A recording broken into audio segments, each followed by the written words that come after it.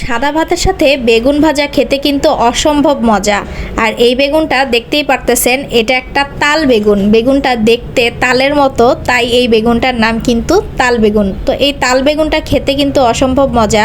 আপনি যদি খুব সুন্দর করে এটাকে ফ্রাই করতে পারেন তাহলে কিন্তু ভাত দিয়ে খেতে অসম্ভব মজা। পোলাও দিয়েও আপনারা খেতে পারেন, যারা পোলাও খেতে কমফোর্টেবল তারা কিন্তু পোলাওয়ের সাথেও এই বেগুন ভাজাটা খেতে পারেন।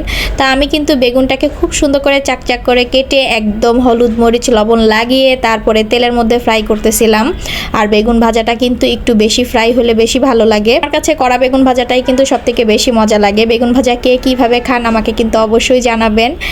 আর বেগুন ভাজা অবশ্যই খেয়ে ট্রাই করবেন সাদা ভাত অথবা পোলাওয়ের সাথে।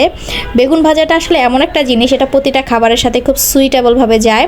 যারা তরকারিতে ঝোল খায় সেটাও কিন্তু অনেক মজা করে খাওয়া যায়, আবার যারা ফ্রাই খেতে চায় তাদের জন্য কিন্তু খুব বেস্ট। আর বেগুন ভাজা হলে কিন্তু কোনো কিছুই আর লাগে না।